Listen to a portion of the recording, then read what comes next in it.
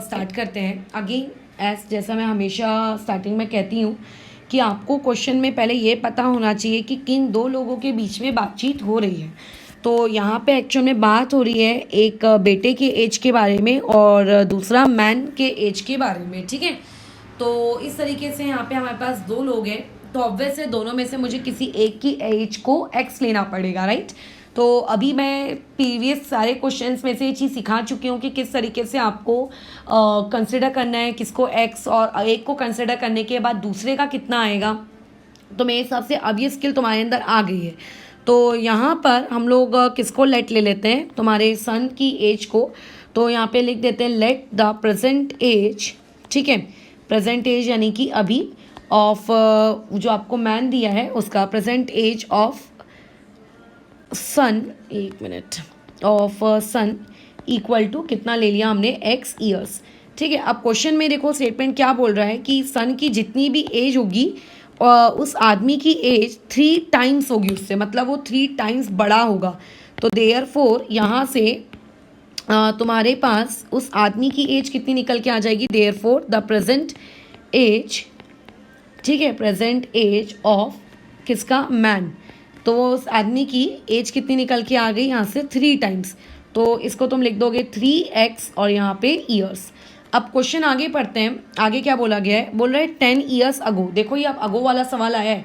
अगो यानी कि past tense में ऑब्वियस है कि उस आदमी की एज अभी जितनी है उससे तो कम ही रही होगी। जैसे अगर मान लेते तुम अभी 11 साल के हो तो पिछले साल तुम कितने के रहे होगे, 10 साल के, ऑब्वियस है ना, -1 एक साल प्रीवियस।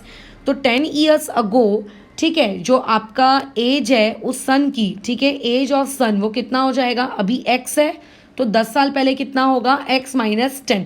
तो जब अगो वाली बातचीत हो ना तो माइनस में जाते हैं हम लोग। और वैसे ही आपका जो वो आदमी है एज ऑफ मैन वो कितनी हो जाएगी, 3x - 10, और इस तरीके से ब्रैकेट में ईयर्स। अब हमें कंडीशन पढ़नी है। तो देखो कंडीशन ये बोल रहा है कि अच्छा, शुभू वाला क्वेश्चन याद है, शुभू वाले सवाल में क्या बोल रहा था कि शुभू की 5 साल बाद वाली एज, ठीक है, 1/3 होती है किसके, उसकी मम्मी की प्रेजेंट एज के। यानी कि शुभू की फ्यूचर की एज के बारे में बात हो रही थी और मदर की प्रेजेंट एज के बारे में बात हो रही थी। यही उस सवाल का सबसे इंपॉर्टेंट पॉइंट है। लेकिन यहाँ इस सवाल में क्या बोला है, he was 5 times his son age. मतलब एज सच यहाँ पे कुछ मेंशन नहीं किया गया है कि सन की प्रेजेंट एज लेनी है कि सन की अगो वाली एज लेनी है। लेकिन अब ऐसे केस में फिर हम लोग सन की एज वहाँ पे कौन सी वाली लेंगे, अगो वाले के साथ ही लेंगे।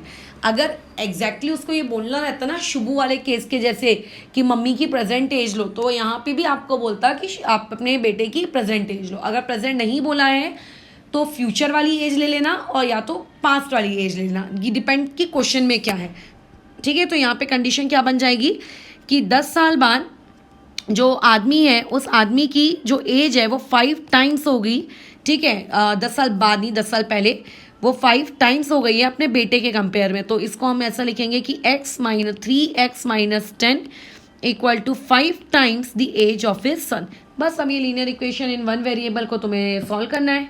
तो ये क्या हो जाएगा, 3x - 10 इक्वल टू 5x और माइनस में यहाँ 50। लीनियर इक्वेशन को सॉल्व कर लो, मेरी तो हो भी गई है solve, therefore x comes out to be 20।